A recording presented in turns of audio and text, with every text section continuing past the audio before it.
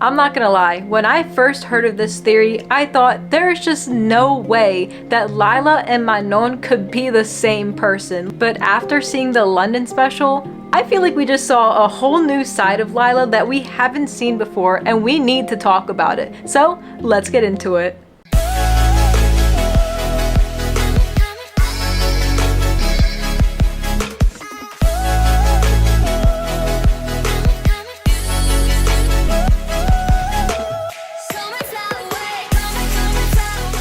So before we get into the things that I noticed in the London special, I wanted to start off this video by talking about the original theory that was circulating in the fandom a few years ago. So I do have my phone out because I have a lot of notes that I took, but I wanted to show you some things that I saw from a TikTok of last year. So the following images are not mine, and I will link the TikToks below in my description. Okay, the first thing that people have noticed is Manon's design.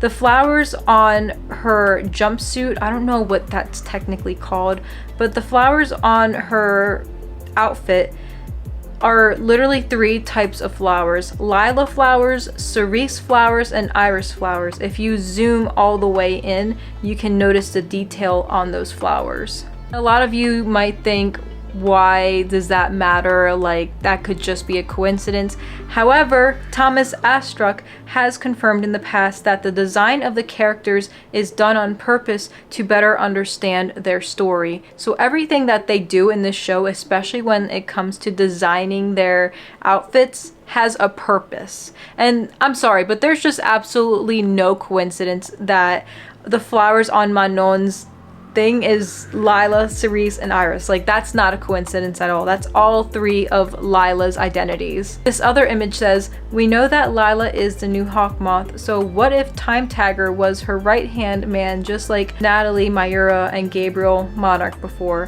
Which, that's a very good point, because we do remember in the Time Tagger special, he says that she's the love of his life, the new hawk moth, which obviously Lila is now the new hawk moth. And this would explain why Lila acted the way she did with Chris in that scene when he was little. This other image says, when Manon is akumatized, her power reminds us of hawk moths. She can control villains, but it also reminds us about how Lila manipulates people. And that is a very good point. I remember this one scene in The Puppeteer where Manon got upset because Ladybug and Cat Noir won. Every time that Marinette and her played dolls together, she wanted the villains to win. She didn't care if they were heroes or villains. She just wanted to win herself. And that's kind of a red flag. Which leads to this image. The way Lila controls others is exactly the same as the Puppeteers when Manon is akumatized. And I will say that this does kind of have a point.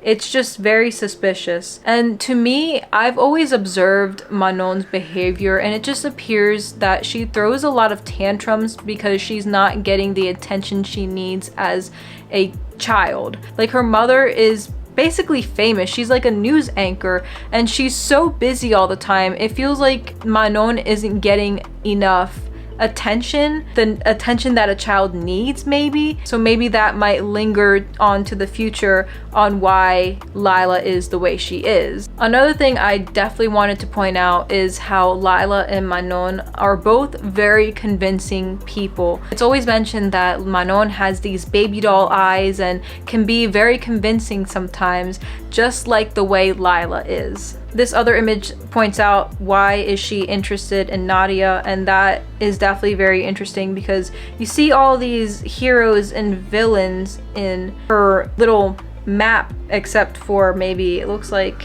we got Chloe's mom in there, but yeah, Nadia is kind of random. And another thing I wanted to point out was that Cerise does have some similar facial structures to Nadia, like the chin, maybe a little bit of the eyebrows, maybe the nose just a tiny bit. Like, I feel like they have the same facial structure in a way, but obviously not completely. She might have some of her dad's features. We know nothing about her dad. One thing I did want to point out was Lila and Manon have similar eyebrow shapes. I know that's kind of like, you know, not too convincing, but I feel like their eyebrows kind of look the same. Obviously, Lila is older, so her eyebrows have grown more. But the one thing that really just gets me is this certain angle that they showed Lila in the London special. It looks like Manon, but just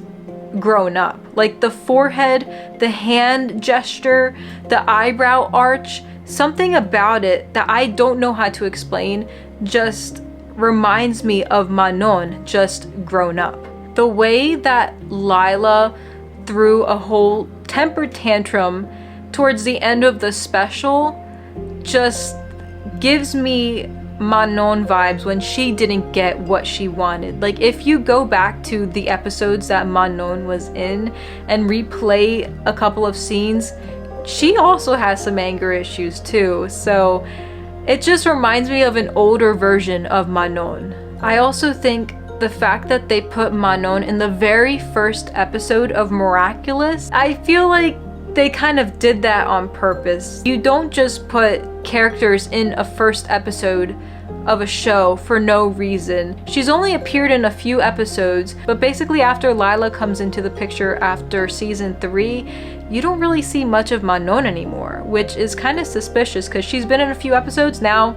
She's gone. And the last thing I wanted to point out, this wasn't in the special, but this happened after the special aired. Thomas Astra released a tweet and he said, "Hope you liked it. See you for season 6. Who's gonna find out first, Lila or Marinette?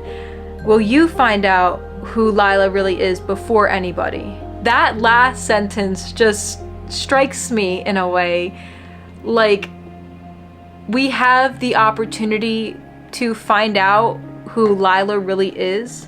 If you look back, I can't imagine Lila being anybody else in Miraculous. Anyways, those are just my thoughts. Let me know what you guys think in the comments below. So that's it for today's video. If you're new here, please like, comment, and subscribe. I post a lot of Miraculous content and occasionally lifestyle vlogs. I hope you all have a miraculous day, and I will see you on the next video. Bye!